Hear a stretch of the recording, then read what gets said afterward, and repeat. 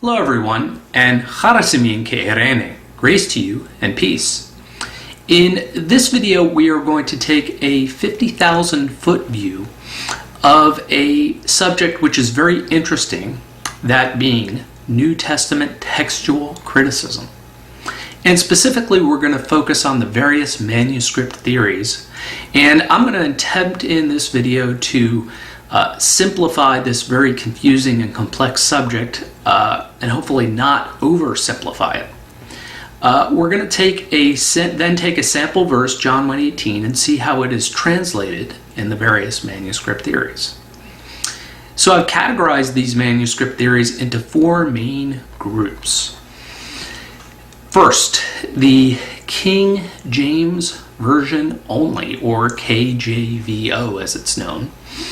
This theory says that only the Textus Receptus, or received text, the Greek manuscripts used in the translation of the King James Bible, are acceptable. There are various degrees of KJVO-ism. I would group them into three categories. A, those who prefer the King James but also respect other Bible versions.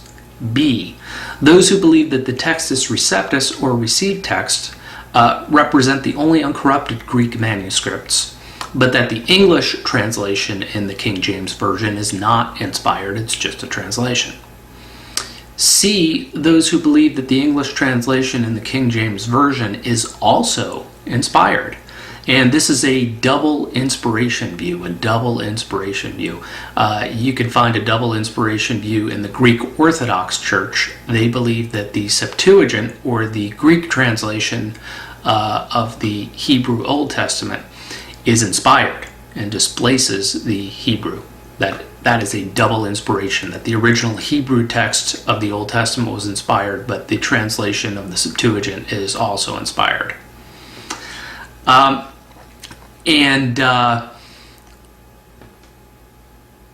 I would call that this third grouping of the King James only people the hyper KJVO theory.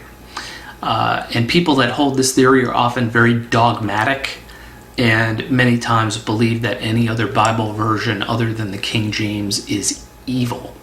You'll find a lot of invective and hyperbole among these types of people. And I think unnecessarily so. This is a view, this third part of the King James Version only is very divisive and unnecessarily so, as we'll cover later in the video.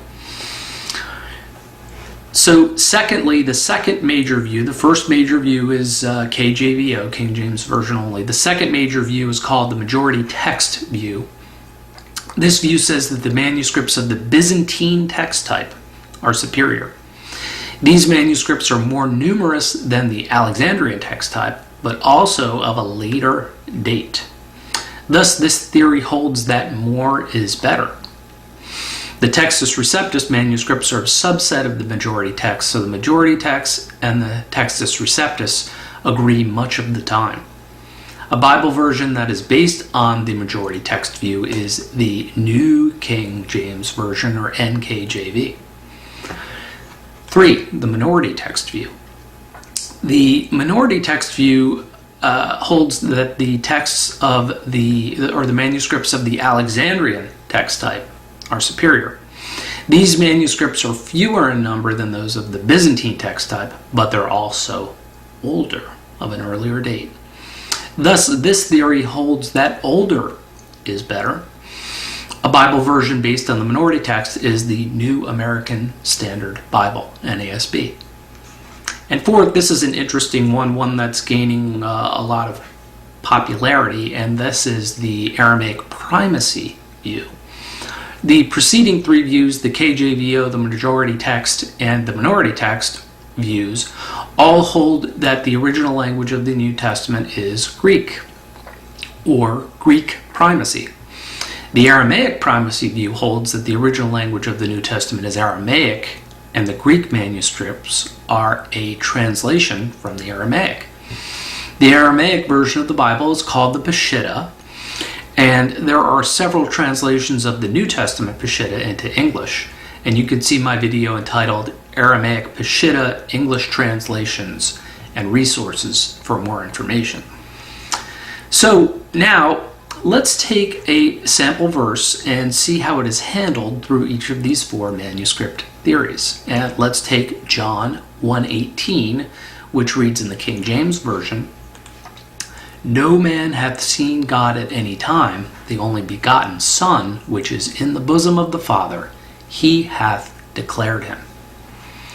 Now, let's compare this to the NKJV, the New King James Version, which represents the majority text view.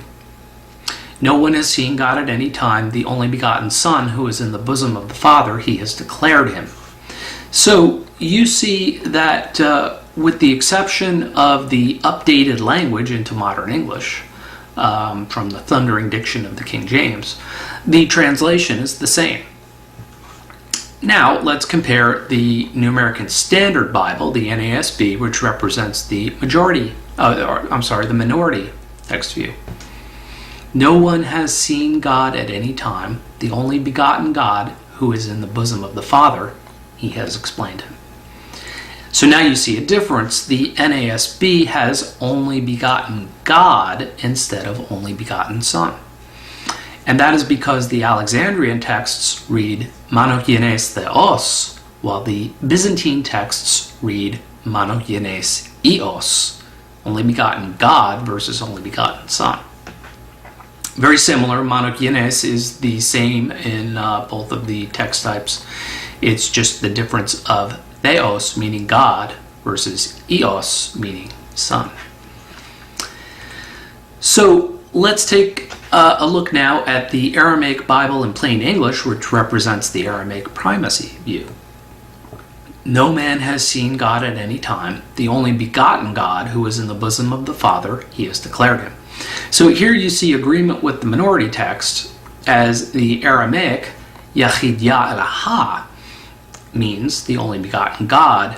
However, as a footnote, both Lamza and Roth in their Aramaic English translations translate Yachid Ya'alaha as only begotten of God, which seems incorrect to me, but perhaps, and I did not find any footnotes or any explanations as to why they're translating only begotten of God. I think perhaps maybe they're taking Yachid Ya as construct state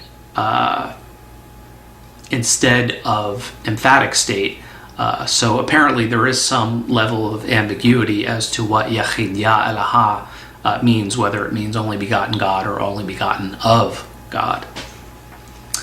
So as you can see, there are three possible English renderings that you can get from all of these four views.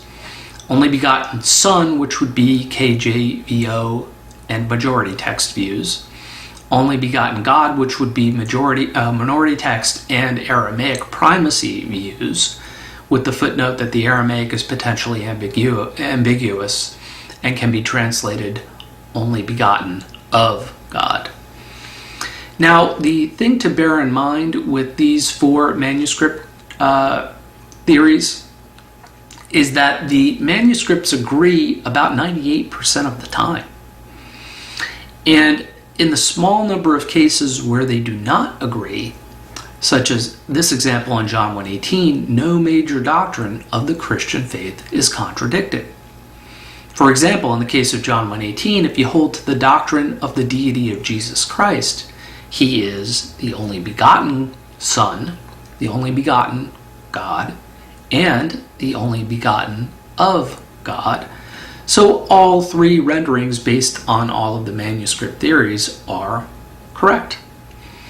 It would not make a difference in your theology. Therefore, to get overly dogmatic about any of the manuscript theories is, in my opinion, to make a huge mistake.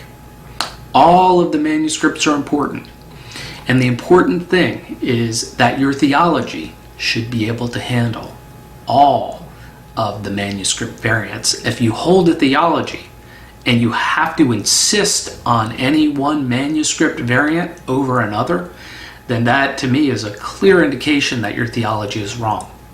Your theology must be able to handle all manuscript variants, because when it comes right down to it, nobody knows which of these manuscript variants are correct.